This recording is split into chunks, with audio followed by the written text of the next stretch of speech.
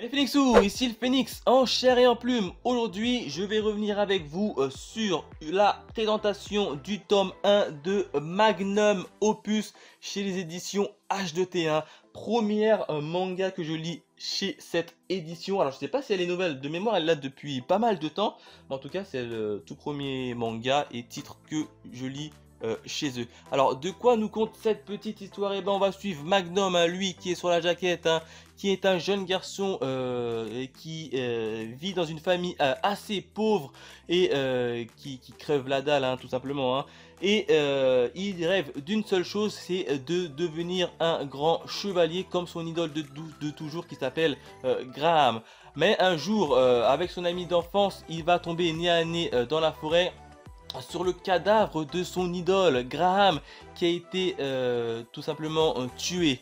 Par-delà de ça, avec son ami d'enfance, il va récupérer un certain bouclier et va rentrer chez lui, hein, sauf que a priori le bouclier détiendrait un certain pouvoir. Voilà à peu près le speech de départ, hein. Je m'arrête là pour pas trop vous spoil et je vais vous dire tout simplement mon avis. Alors qu'est-ce que j'en ai pensé? Eh ben, dans la globalité, le manga est plutôt bon, hein.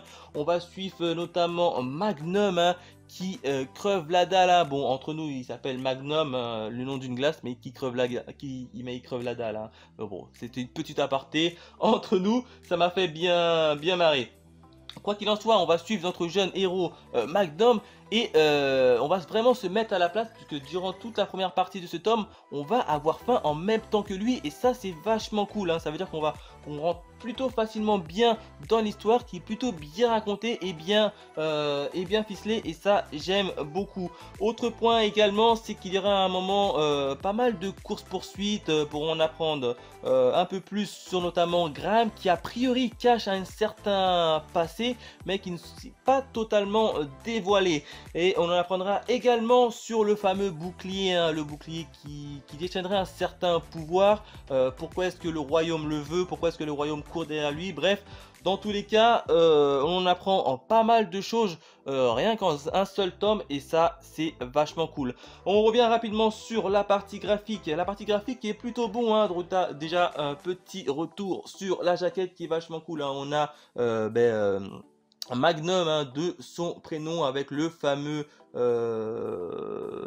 artefact, on va appeler ça comme ça, un artefact, le fameux artefact disposé sur le bouclier qui est vachement cool. En termes de graphisme, c'est plutôt cool, hein. Moi j'aime bien, hein. On sent vraiment un peu l'univers médiéval et ça c'est vachement cool, hein. Je vous montre rapidement un petit graphisme, hein, sans trop vous spoil. Donc on ressent vraiment l'univers un peu médiéval derrière tout ça. Regardez, hop, une autre page qui vous montre vraiment que le trait de l'auteur est plutôt bien maîtrisé. Il y a juste un truc qui me fait un peu paniser, hein, c'est que c'est une série en 3 tomes et d'après ce qu'on a vu dans le premier tome, il y a pas mal de personnages qui font leur apparition, des personnages assez un peu badass et j'aimerais bien en apprendre un peu plus sur eux, sauf que c'est une série en 3 tomes et je sais pas si en 3 tomes ils auront le temps de tout traiter, hein.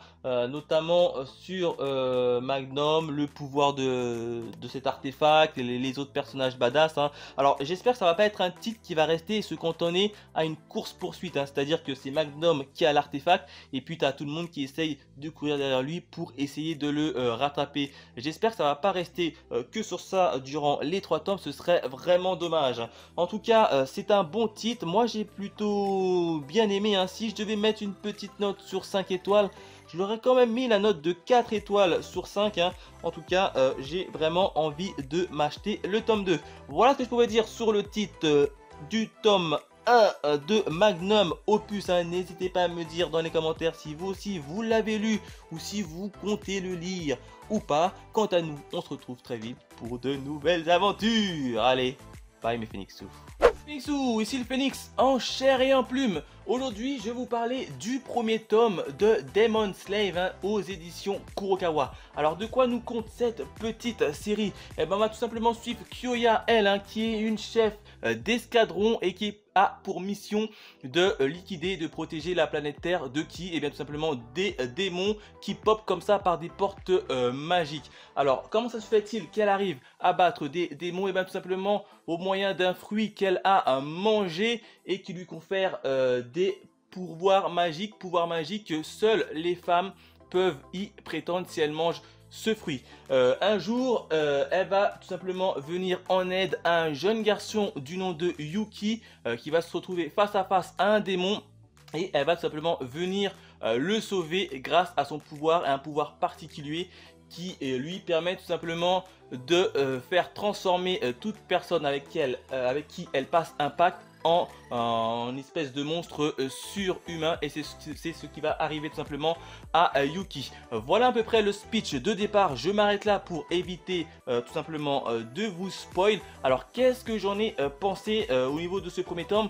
Et ben ma foi, je suis assez quand même mitigé. Alors déjà au niveau des points positifs, c'est qu'il y a pas mal de personnages, bien évidemment, vous l'aurez connu, il y a pas mal de personnages femmes, hein, puisqu'on va suivre Kyoya qui dirige un escadron exclusivement féminin, et Yuki qui va venir parmi eux un peu de force. Donc bien évidemment, au niveau des personnages principaux, notamment de Kyoya ou même de Yuki, hein, le seul garçon, tu sens bien que dans leur passé, il y a eu un événement qui a été assez atroce, que ce soit aussi bien pour Kyoya ou Yuki, et ça c'est plutôt fun. Alors on a quelques petites brides hein, qui nous mettent un peu sur la piste dès le premier tome, et ça c'est vachement cool. Autre point positif, c'est bien évidemment le côté humour qui ressort beaucoup dans ce premier tome.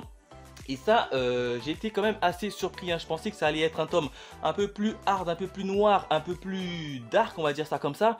Mais non, c'est quand même un... Alors, l'histoire de base, t'as l'impression qu'il est un peu dark, mais quand même, ça fait pas mal ressortir le côté humoristique. Et ça, c'est plutôt chouette.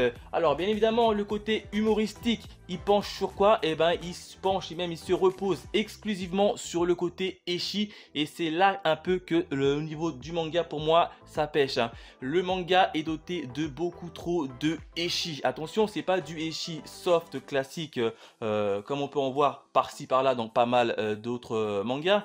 Là, quand même, je trouve quand même il y en a beaucoup. Même, ça vient un peu au détriment de l'intrigue de l'histoire principale. Et ça, c'est vraiment dommage, hein. Encore une fois, comme vous le savez, on a Yuki, un jeune garçon qui va emmener de force dans l'escadron, qui est composé que de filles. Donc forcément, le ecchi, il va être très présent, mais ça va être vraiment un ecchi un peu lourd pour moi. Alors d'habitude, j'ai rien contre l'ecchi quand c'est plutôt bien fait, ou ça va pas au détriment du scénario.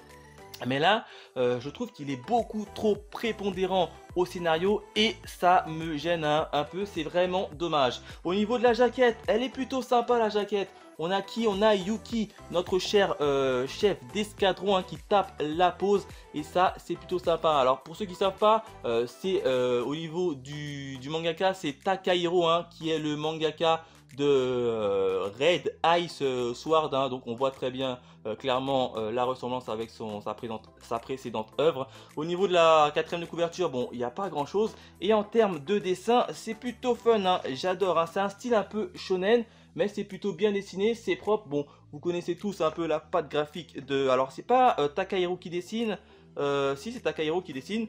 Vous connaissez tous sa petite patte, hein. Regardez comment au niveau du graphisme, c'est plutôt joli, hein, au niveau du graphisme. C'est plutôt clair, et en plus on a une petite page couleur en début, même deux petites pages couleur, je vais vous la montrer rapidement, voilà, qui est plutôt sympa. Voilà ce que je pouvais dire à peu près au niveau de Demon Slave, hein, aux éditions Kurokawa, hein. Si je devais le noter, moi j'aurais mis une petite note, hein, quand même. Allez, la moyenne 2,5 sur 5 étoiles, hein. J'attends bien évidemment le tome 2 pour me décider si je continue ou si je stoppe la série. Mais en tout cas, je suis assez mitigé. Voilà, n'hésitez pas à me dire ce que vous en avez pensé de Demon Slave. Bien évidemment, on se retrouve très vite pour de nouvelles aventures. Allez, bye mes Phoenixous.